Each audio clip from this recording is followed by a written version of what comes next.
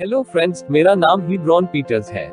मेरे YouTube channel पर आपका तहे दिल से फिर स्वागत है। हम यहाँ इजराइल की 10 लुप्त गोत्रों के बारे में चर्चा कर रहे हैं। उम्मीद है आपको मेरे पिछले वीडियोस पसंद आए होंगे। अगर आप नए हैं तो पिछले वीडियोस के लिंक नीचे डिस्क्रिप्शन में दिए हुए हैं। अगर वीडियो पसंद आए तो सब्सक्राइब, लाइक, शेयर, कमेंट करना न भूलें। प्रस्तुत है इजराइल के 10 लुप्त गोत्र भाग 5 भारत। हमने अपने पिछले वीडियो में चर्चा की थी कि इजराइल की 12 गोत्र थे, जिनमें से 10 गोत्र लुप्त हैं। हमने जापानी शिंटो, दक्षिण अफ्रीका, जिम्बाब्वे, लिमबा और अफगानिस्तान और पाकिस्तान के पश्तूनों की परंपराओं के बारे में चर्चा की, जो प्राचीन इजरायली परंपराओं से मिलते जुलते हैं। क्या भारत में कोई इजराइल की खोई हुई जनजाति है? इसके बारे में आपके क्या विचार है? इजराइल के यह 10 गोत्र कहाँ हैं? रूबेन, सिमोन, इस्साकार, जेबुलून, दान, नप्ताली, गाद, आशेर, एफ्राइम और आधे मनश्शे। सन 722 ईसा पूर्व में अश्शूर के राजा तिग्लत-पिलेसेर ने उत्तरी राज्य इजराइल पर आक्रमण कर दिया। एक इतिहास 526 के अनुसार उन लोगों को बंदी बना करके हला, हाबोर और हारा और गोजान नदी के पास पहुंचा दिया, और वे आज के दिन तक वहीं रहते हैं। इजराइल के 10 गोत्र तत्पश्चात लुप्त हो गए। उनका इतिहास में कहीं भी किसी प्रकार का उल्लेख नहीं मिलता है। यशायाह 11:12 के अनुसार वह अन्य जातियों के लिए झंडा खड़ा करके इसराइल के सब निकाले हुओं को और यहूदा के सब बिखरे हुओं को पृथ्वी की चारों दिशाओं से इकट्ठा करेगा। क्या बाइबल की भविष्यवाणी यशायाह 11:12 के अनुसार पूर्ण होगी? भारत के इजरायली। हम बात करेंगे उन इसराइलियों की जो भारत के मूल निवासी हैं और भारतीय समाज में एक लंबे समय से समन्वित है। वे जो कि ब्रिटिश औपनिवेशिक समय के दौरान भारत में नहीं आए थे, जैसे कि अश्कानजी यहूदी और बगदादी यहूदी। भारतीय इसराइलियों को मोटे तौर पर 3 समूहों में विभाजित किया जा सकता है।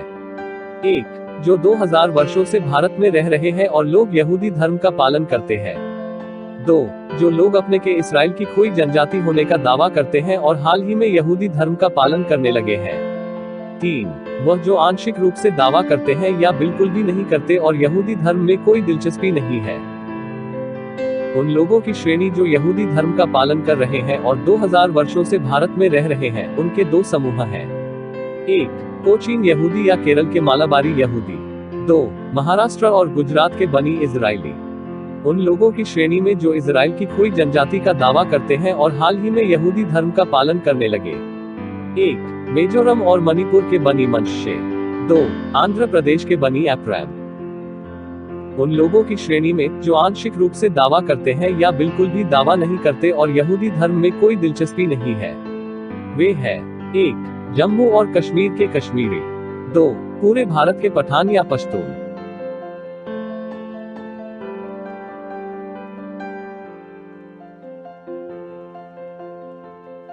आइए हम कोचीन ज्यूस के बारे में विचार करते हैं।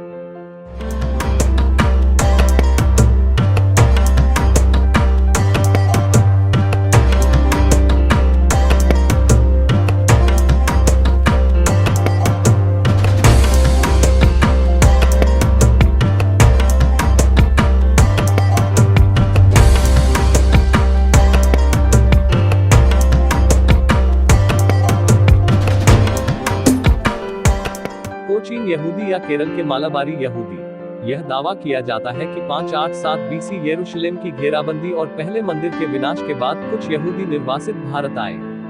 भारत में 70 ईस्वी में द्वितीय मंदिर के विनाश के बाद के ही रिकॉर्ड पाए गए हैं। जो कोचीन के पास एक प्राचीन बंदरगाह क्रैंगनोर में पहुंचने वाले कई यहूदी वासियों का है। कोचीन यहूदी, जिसे मालाबारी यहूदी या कोची यहूदी या हिब्रू में यहूदेय कोचीन के रूप में भी जाना जाता है, भारत में यहूदियों का सबसे पुराना समूह है, जिसकी जड़ें राजा सुलेमान के समय से पहले की है। वे मलयालम भाषा की बोली हिब्रू मलयालम विकसित करने के लिए जाने जाते हैं। सभी कोचीन यहूदी इजराइल राज्य के निर्माण के बाद अपनी प्रतिज्ञा के भूमि इजराइल चले गए। अंतिम यहूदी सुश्री सारा कोहेन का नवंबर 2019 में निधन हो गया।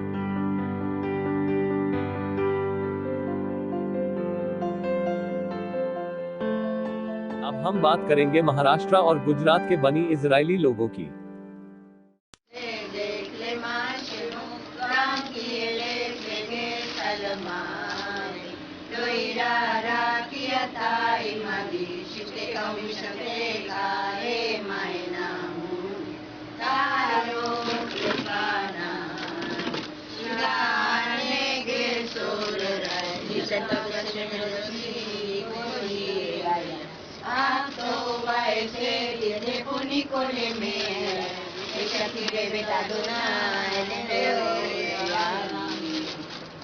बनी इजराइल इजराइल के पुत्र शनी व तेली जाति या मूल यहूदी जाति भारत में यहूदियों का एक समुदाय है।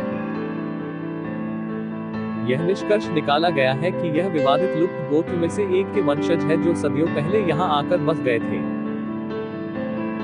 19वीं सदी में लोगों को आशिकेनाजी और सैफदी यहूदी धर्म के बारे में पढ़ाए जाने के बाद वे कोंकण क्षेत्र के गांवों से पलायन करने के लिए प्रवृत्त हुए, जो मुख्य रूप से भारत के मुंबई, पुणे, अहमदाबाद और आज के कराची, पाकिस्तान में बस गए।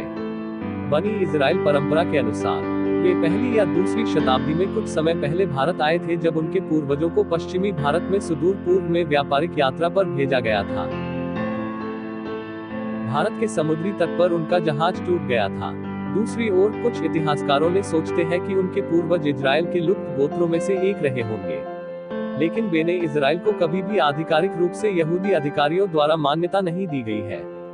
भारत में प्रवास के बाद बेने इजराइल ने धीरे धीरे अपने आसपास की संस्कृति को, यहूदी रीति रिवाजों को रखते हुए ग्रहण किया।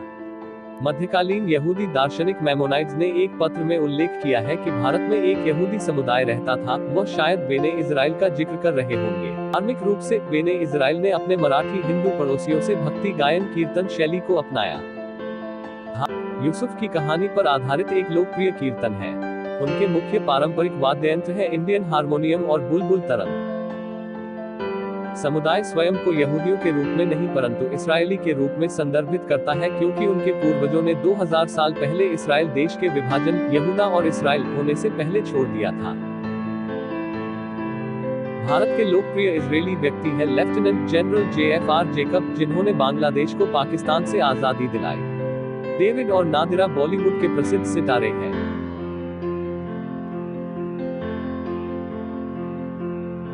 आइए हम उन श्रेणी के बारे में बात करते हैं जो इजराइल की कोई 10 जनजाति का दावा करते हैं और हाल ही में यहूदी धर्म का पालन करने लगे। मिजोरम और मणिपुर के बनी मनुष्य के बारे में बात करेंगे।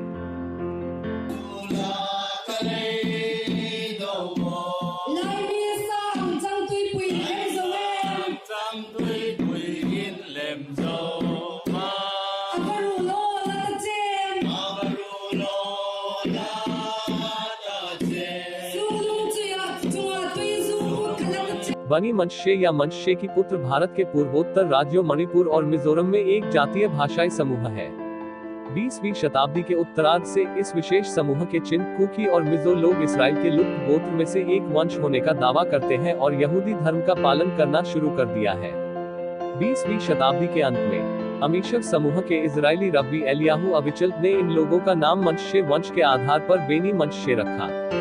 इन दो पूर्वोत्तर राज्यों के बाकी अधिकांश मूल निवासी, जिनकी संख्या 3.7 मिलियन से अधिक है और अपने जातीय वंश को इन लोगों के साथ साझा करते हैं, इन दावों के विरुद्ध हैं। द हिंदू न्यूज अखबार के अनुसार उनके पूर्वज जो भारत आगमन से पहले गुफाओं में रहते थे, जबकि इस सामूहिक प्रवास का कोई ऐतिहासिक रिकॉर्ड नहीं है। बेनी मेनाशे जनजाति का मानना है कि वे पूर्वोत्तर भारत और इस क्षेत्र से सटे हुए देशों में कई सदियों पहले बस गए थे और चीन से गुजरते समय वे धार्मिक उत्पीड़न से बचने के लिए गुफाओं में रहते थे। मणिपुर के पहाड़ी इलाकों में रहने वाले कुकी आबादी के एक वर्ग का मानना है कि वे भी बन्नी मैनशे हैं, जैसे कि मिजोरम के कुछ पड़ोसी मिजोरम में करते हैं। यह माना जाता है कि उन्होंने सदियों से अपनी प्राचीन यहूदी परंपराओं का पालन किया, इस बात से अनजान कि वे इजराइल की खोई हुई जनजातियों में से एक के वंशज थे। 19वीं शताब्दी में उनमें से अधिकांश ईसाई धर्म में परिवर्तित हो गए। बाइबल से परिचय होने के बाद ही बन्ने मेनाशे ने मनमासी या मेंसिया की पहचान की, जो उनके एक पौराणिक पूर्वज है, बिल्कुल बाइबल के यूसुफ के पुत्र मनुष्य के रूप में थे। मेसिनिक काउंसिल के अध्यक्ष टी मैनशे कहते हैं कि वे सिर्फ ईसाई धर्म को इसलिए छोड़ रहे हैं और यहूदी धर्म को गले लगा रहे हैं ताकि उनको इजराइल में बेहतर गुणवत्ता का जीवन मिल सके। 19वीं शताब्दी में वेल्श बैपटिस्ट और इंजील मिशनरियों द्वारा मसीह में रूपांतरण से पहले चिन, कुकी और मिजो लोग जीववादी थे। उनकी प्रथाओं के बीच मनुष्यों का सर काटना एक अनुष्ठान प्रमुख था। उनका कोई लिखित इतिहास नहीं है, लेकिन उनके किंवदंतियों में एक प्यारी मातृभूमि का उल्लेख है जिसे उन्हें सिनन चिनलुन कहा जाता था। सी का मतलब 10 और लुन का मतलब जनजाति है। अब जो लोग बन्ने मेनाशे के रूप में पहचान करते हैं उनमें से अधिकांश क्रिश्चियनिटी को ग्रहण कर चुके थे, लेकिन 1951 में उनके एक आदिवासी नेता ने बताया कि उनके सपने में आया है कि उनकी प्राचीन मातृभूमि इजराइल है। 20वीं सदी के अंत से इन लोगों में से कुछ ने इस विचार को स्वीकार करना शुरू कर दिया कि वे यहूदी हैं, पर इस विश्वास को बनाए रखा कि यीशु मसीहा ही उद्धार करता है। बेनी मेनाशे एक छोटा समूह है जिन्होंने 1970 के दशक से यहूदी धर्म का अध्ययन और अभ्यास करना शुरू किया था। वे मानते हैं कि ये उनके पूर्वजों का धर्म है। मणिपुर और मिजोरम की कुल जनसंख्या 3.7 मिलियन से अधिक है। शेवी इजराइल के अनुमान के अनुसार बनी मनश्शे की जनसंख्या लगभग 10,000 है। इनमें से लगभग 3,000 के करीब इजराइल के प्रस्थान कर गए हैं। 2003 से 2004 में डीएनए परीक्षण से पता चला कि इस समूह के कई सौ पुरुषों के पास मध्य पूर्वी वंश का कोई सबूत नहीं था। बीबीसी न्यूज ने बताया 2005 में कोलकाता के एक अध्ययन की, जिसकी बहुत आलोचना की गई थी, द सेंट्रल फोरेंसिक इंस्टीट्यूट इन कोलकाता की रिपोर्ट है कि जनजातियों के पुरुष पक्ष के पास इजराइल से कोई संबंध नहीं है। स्त्री पक्ष मध्य पूर्व के लोगों के लिए एक आनुवंशिक प्रोफाइल का संबंध दर्शाता है, जो हो सकता है अंतर विवाह के माध्यम से पैदा हुआ हो। सभी लोग जो बेनी मेनाशे की यहूदी वंशावली का समर्थन करते हैं, उन्हें हमारे इतिहास में पाया गया। ऐसा ही एक पारंपरिक हम फसल उत्सव सिकापुई रुई गीत, सिकापुई हला या सिकापुई सॉन्ग है, जो बाइबल की निर्गमन की पुस्तक की कुछ के समान घटनाओं और छवियों को संदर्भित करता है। उनके इजराइल वंश का प्रमाण है। हालांकि तुलनात्मक धर्म के अध्ययनों में कई क्षेत्रों में आवर्ती धर्मों और लोगों में आवर्ती आकृति और प्रतीकों का प्रदर्शन किया है। इसके अलावा अन्य मिजोकुकी हमार लोगों का कहना है कि उनकी संस्कृति का एक प्राचीन गीत है। गीत में लाल रंग के समुद्र में लोगों का पीछा करते हुए दुश्मनों के संदर्भ बटेर और बादल का एक स्तंभ है। ऐसी छवियां और प्रतीक यहूदी धर्म के लिए बहुत ही जानी पहचानी है। गीत के अनुवाद, जबकि हम सिकापुई पर्व की तैयारी कर रहे हैं, बड़ा लाल सागर विभाजित हो जाता है। हम अपने दुश्मनों से लड़ते हुए आगे बढ़ते हैं। हम दिन प्रतिदिन बादलों के स्तंभ के नेतृत्व में हैं, और रात को एक आग का खंभा। हमारे शत्रु बलशाली है और क्रोध से भरे हैं। अपने ढाल और तीर के साथ बाहर आओ। दिन भर हमारे दुश्मनों से लड़ते रहो। हम आगे बढ़ते हैं क्योंकि बादल आग हमारे साथ है। दुश्मनों से हम दिन भर लड़ते रहे। बड़े समुद्र ने उन्हें जंगली जानवर की तरह निगल लिया। बटेर इकट्ठा करें और उस पानी को खींचो जो चट्टान से बाहर निकलता है।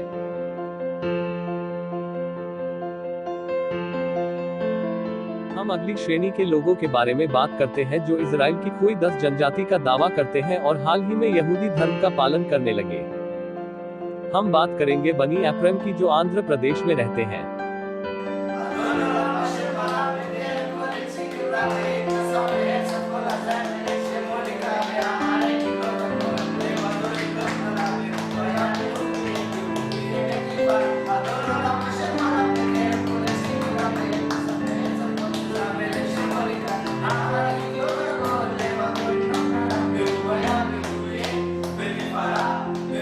बेने एफ्रेम, सन्स ऑफ एफ्रेम को तेलुगु यहूदी भी कहा जाता है क्योंकि वे तेलुगु बोलते हैं। दक्षिण भारत के आंध्र प्रदेश राज्य में बिखरे हुए एक छोटे यहूदी समुदाय है। बेने एफ्रेम प्राचीन काल में यहूदी धर्म के अपने पालन करने का दावा करता है और मिजोरम और मणिपुर के पूर्वोत्तर भारतीय राज्यों में बन्नी मेनाशे के समान एक इतिहास का वर्णन करता है। 19वीं सदी में बैप्टिस्ट मिशनरियों के आगमन पर ईसाई धर्म को अपना लिया। बेने एफ्रेम समुदाय प्रागैतिहासिक काल से अपने इतिहास और परंपराओं को संरक्षित कर रहा है। वे सबसे अलग थलग रहते हैं और अपने यहूदी परंपराओं में शांत तरीके से पालन करते हैं तथा चारों ओर सूक्ष्म विरोधीवाद को भी झेलते हैं। रब्बियों, पत्रकारों और पर्यटकों के कई समूहों द्वारा वर्षों से समुदाय का दौरा किया गया है। उन्होंने बेने एफ्रेम समुदाय के सदस्यों के साथ मुलाकात की और व्यक्तिगत रूप से साक्षात्कार लिया, वीडियो और तस्वीरें ली, पत्रिकाओं, समाचार पत्रों में प्रकाशित हुई और अमेरिका, इजराइल, इंडिया में टीवी पर दिखाया गया। बेने एफ्रेम के विस्तृत, स्पष्ट और मूल इतिहास को जानने के लिए हर किसी को शमूएल द्वारा लिखित भारत के थैलेमिक तेलुगु साम्राज्य के प्राचीन राष्ट्रों के बीच हिब्रू बाइबल के सांस्कृतिक अनुवाद द कलेक्टेरियल हर्मेटिक्स नामक पुस्तक को पढ़ने की आवश्यकता है। याकोबी, बेने एफ्रेम जनजाति से वंश का दावा करते हैं और कहते हैं कि वे 1000 से अधिक साल पहले दक्षिणी भारत में पहुंचने से पहले 1600 साल से पश्चिमी एशिया, फारस, अफगानिस्तान, तिब्बत और चीन के माध्यम से इजराइल से यात्रा करी। वे एक इतिहास बताते हैं वे कहते हैं जो मिजोरम और मणिपुर के पूर्वोत्तर भारतीय राज्यों में बेनी मैनशे, अफगान यहूदियों और फारसी यहूदियों और बेने इजराइल के समान हैं, जिन्हें 2005 में इजराइल के मुख्य राबाइनेट से मान्यता प्राप्त हुई थी। बाद के लोगों को अभी भी इजराइल के नागरिक बनने के लिए एक औपचारिक रूपांतरण प्रक्रिया से गुजरना होता है। मध्यकाल के दौरान उन्होंने खेत मजदूर के रूप में काम किया है। यहूदी धर्म का अभ्यास करते हुए उन्होंने 19वीं शताब्दी की शुरुआत में ब्रिटिश बैप्टिस्ट मिशनरियों के आगमन के बाद कुछ ने ईसाई धर्म अपना लिया था। उनके नेता शमूएल याकोबी 1980 के दशक में यरूशलेम गए और आश्वस्त हो गए कि वे यहूदी वंश के हैं। लंबी अवधि के कारण वे लोग यहूदी धर्म का अभ्यास नहीं कर रहे थे। उन्होंने किसी भी विशिष्ट पहचान वाले जूडो तेलुगु भाषा या बोली का विकास नहीं किया। 1980 के दशक के बाद से कोठा रेड्डी पालम में लगभग 50 परिवारों ने यहूदी धर्म का अध्ययन किया, हिब्रू सीखा और एक सिनागोग या यहूदी मंदिर का निर्माण किया। वे सभी यहूदी छुट्टियां मनाते हैं और अक्सर अपने तोरा स्क्रॉल का उपयोग करते हैं। 1960 के दशक में कुछ परिवार उच्च वेतन वाली आकर्षक नौकरियों और बेहतर आजीविका के लिए हैदराबाद, तेलंगाना चले गए। आज हिब्रू को लिखित भाषा तक सीमित रहने के बजाय एक जीवित भाषा के रूप में उपयोग किया जाता है। उन्होंने हमेशा अपने खुद के कैबलोथ, मौखिक परंपराओं और रीति रिवाजों का अभ्यास किया, जैसे मृतकों को दफनाना, कोशे मांस खाना, एक चौपहिया के तहत शादी, शबत और अन्य यहूदी त्योहारों का पालन करना और एक ज्येष्ठ कोर्ट सिस्टम को बनाए रखना आदि। 2006 में वाशिंगटन टाइम्स के अनुसार कई लोग सोचते हैं कि बेनी एप्रैम यहूदी गरीबी से बचने की कोशिश कर रहे हैं और वे आंध्र प्रदेश के इस क्षेत्र को छोड़ना चाहते हैं, जहां 6 साल के सूखे और फसल की विफलता ने 3000 से अधिक किसानों को कर्ज और आत्महत्या के लिए प्रेरित किया है। तेलुगु यहूदियों के पड़ोसी कर्नाटक के एक सामाजिक वैज्ञानिक चंद्रशेखर अंगदी ने कहा, वे दुनिया के सबसे गरीब यहूदियों में से हैं। वे इजराइल के प्रमुख रब्बी के द्वारा मान्यता के लिए बेताब हैं, बस उस देश से पासपोर्ट की गारंटी मिल जाए जहां वे गरीबी और भूखमरी के इस जीवन से बहुत बेहतर जीवन जी सकते हैं। टाइम्स ऑफ इंडिया के लेख के अनुसार डीएनए के परिणाम ने संकेत दिया कि वे नकारात्मक नहीं बल्कि न्यूट्रल है। कोई विशेष मार्कर उन्हें किसी भी आबादी से नहीं जोड़ रहा है जिनके लिए मार्कर ज्ञात है।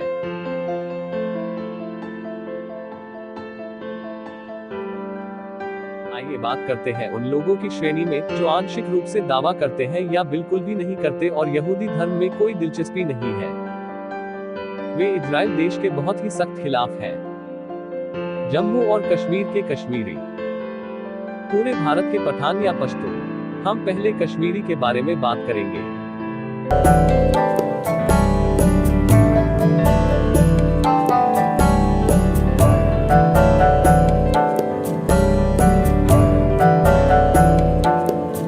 कश्मीरी आबादी उत्तरी भारत में जम्मू और कश्मीर राज्य से एक इंडो यूरोपीय एथनो भाषाई समूह है। कश्मीरी आबादी की सटीक उत्पत्ति अज्ञात है। यह सुझाव दिया गया है कि वे इजराइल की 10 खोई हुई जनजातियों में से एक के वंशज हैं जिन्हें 722 बीसी में निर्वासित किया गया था। माना जाता है कि उन्होंने सिल्क रोड के साथ साथ मध्य पूर्व, फारस और अफगानिस्तान के देशों में यात्रा की, फिर वे कश्मीर घाटी पहुंचे और वहां बस गए। इजरायली वंश का दावा कश्मीरियों के बीच व्यापक है, जो ऐतिहासिक रिकॉर्ड और भौगोलिक नामों और सांस्कृतिक और सामाजिक परंपराओं की समानता का हवाला देते हैं। यह सिद्धांत सर्वप्रथम 11वीं शताब्दी के प्रसिद्ध फारसी मुस्लिम विद्वान अल बिरूनी ने सुझाया था। भारत की यात्रा के दौरान उनके प्रसिद्ध कालक्रम के अनुसार कश्मीर के निवासी अपने देश की प्राकृतिक शक्ति के बारे में विशेष रूप से चिंतित हैं और इसलिए प्रवेश द्वार और सड़कों पर मजबूत पहरा रखने के लिए हमेशा बहुत ध्यान रखते हैं। परिणाम में उनके साथ कोई भी वाणिज्य कार्य होना मुश्किल है। पूर्व समय में वे 1 या 2 विदेशियों को अपने देश में प्रवेश करने की अनुमति देते थे, विशेष रूप से यहूदियों को ही प्रवेश की अनुमति प्राप्त थी। फ्रांसवा बनिया, एक 17वीं शताब्दी के फ्रांसीसी चिकित्सक और सर फ्रांसिस यूनिविसबेंड ने 1800 के दशक में इस क्षेत्र की खोज करी और निष्कर्ष निकला कि कश्मीरियों और यहूदियों के बीच समान शारीरिक व्यवहार है, जिसमें गोरी त्वचा, लंबी नाक और समान सिर का आकार शामिल है। सिद्धांत अनिवार्य रूप से कश्मीर जगह के नाम और हिब्रू शब्दों और वाक्यांशों के बीच कथित समानता पर आधारित है। कश्मीर को स्थानीय रूप से काशीर के नाम से जाना जाता है, जो हिब्रू शब्द काशीर अर्थात पवित्र है। कश्मीर घाटी, जिसे 10 लुप्त जातियों का निवास स्थान कहा जाता है, को स्थानीय किंवदंती में बाग ए सुलेमान, गार्डन ऑफ सोलोमन कहा जाता है। कश्मीर और प्राचीन इसराइल के बीच का संबंध कश्मीरी स्थानों के नाम से और मजबूत होता है, जैसे कि मूसा का मकबरा और सुलेमान का सिंहासन के नाम। एक कश्मीरी परंपरा यह भी है कि रेगिस्तान में भटकने के 40 साल वास्तव में एशिया से कश्मीर तक की भूमि को कवर करते हैं, और यह कि कश्मीर वास्तव में प्रतिज्ञा भूमि है। कश्मीर में 50-75 स्थानों के नाम भी हैं जो वास्तव में हिब्रू नाम के समान हैं, जो प्राचीन इजराइल में बहुत प्रचलित थे। समरिया नाम की एक जगह है जो सामरिया है, ममेरे है ममेरे, पिशगा है पिसगा, नबुदाल है माउंट नोबदनेगो, गोशन बसन है, गिलगित गिलगल है, केशबा है शिबोन है, अमना एमोन है, गोचन गोशेन है, मेडियन पुरा मिद्यान है, और गुजाना गजन है जो अश्शूर में एक जगह का नाम है, और भी बहुत ही जगह है जहां इजराइल के 10 निर्वासित कबीले थे। मुसलमानों में यह नाम कभी इस्तेमाल नहीं किया जाता है। वे सब बात के लिए एक मोमबत्ती भी जलाते हैं। गाल के बाल नहीं काटते, दाढ़ी और डेविड के शील्ड के प्रतीक या डिजाइन के उपयोग करते हैं। एक ऐसे क्षेत्र जो पाकिस्तान की सीमा पर है, जिसे यूसमर हंदवाड़ा कहा जाता है, वहां एक समूह रहता है जो आज के दिन भी खुद को बनी इजराइल का अर्थ कहता है, अर्थात इजराइल के बच्चे। कश्मीर के मूल निवासियों का कहना है कि यह कश्मीर के सभी लोगों का प्राचीन नाम है। कश्मीर में वॉलर लिंक के बगल में एक छोटे समुदाय की एक अजीब परंपरा है जो मूसा की कब्र की ओर इशारा करती है। राजा सोलोमन के संबंध में अभी तक एक और परंपरा है जिसके अनुसार यहां तक कि राजा सोलोमन कश्मीर घाटी तक पहुंच गए और अपनी बुद्धि के माध्यम से कश्मीर के लोगों को झेलम नदी को सफलतापूर्वक विनियमित करके सहायता प्रदान की। यह परंपरा सोलोमन के सिंहासन नामक एक स्थान से भी जुड़ी हुई है जो कश्मीर की राजधानी श्रीनगर के ऊपर स्थित है। क्या यह अजीब और आकर्षक नहीं है कि इन अजीब और विदेशी स्थानों में प्राचीन इजरायली नायकों की ऐतिहासिक और यहाँ तक की लोक कथाएं भी हैं। ये जापान के भी किंवदंतियों से मिलते जुलते हैं। यह भी कहा जाता है कि इजरायली कश्मीर आकर हिंदू धर्म के उच्च जाति के भ्रमण बने और कश्मीरी पंडित्स खिलाए। जॉनथन एम डाउनी द्वारा आनुवंशिक शोध के अनुसार उन्हें यहूदियों या यहाँ तक कि यूनानियों के साथ डीएनए समानता में कोई सबूत नहीं मिला। परिणाम बताते हैं कि कश्मीरी आबादी और आसपास की आबादी आनुवंशिक वंशावली को व्यापक रूप से पश्चिम यूरेशियन और दक्षिण पूर्वी आबादी के साथ साझा करती है। यह भी संभव है कि कश्मीरी व्यक्तियों में देखा जाने वाला दक्षिणी यूरोपीय और भूमध्यसागरीय मिश्रण ग्रीक या सेफहर्डिक यहूदी वंश का प्रतिनिधित्व करता हो।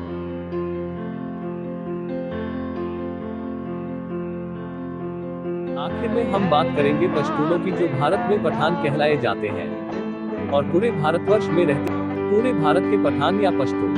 हम पहले ही हमारे पिछले 10 खोई हुई जनजातियों भाग 4 वीडियो में पश्तून या पठान के बारे में चर्चा कर चुके हैं, जो अफगानिस्तान और पाकिस्तान में रहती है, जिन्हें आमतौर पर भारत में पठान कहा जाता है।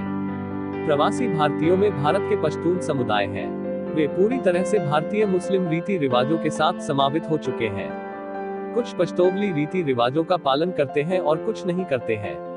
भारतीय इतिहासकार डॉक्टर नवरस अफरीदी, जो खुद मलिहाबाद उत्तर प्रदेश के पठान हैं, के अनुसार उनको अपने पुरखों और इजराइल के बारे में जानने का कोई लगाव नहीं है। वह इजराइल और फिलिस्तीन के विवाद के कारण इजराइल के बहुत ही खिलाफ है। उम्मीद है आपको यह वीडियो पसंद आया होगा। कृपया सब्सक्राइब, लाइक, शेयर जरूर करें और नीचे कमेंट में लिखिए कि इजराइल की 10 खोई जातियां और कहां मिल सकती है। अगला वीडियो जरूर देखिएगा। हमारा सफर जारी है।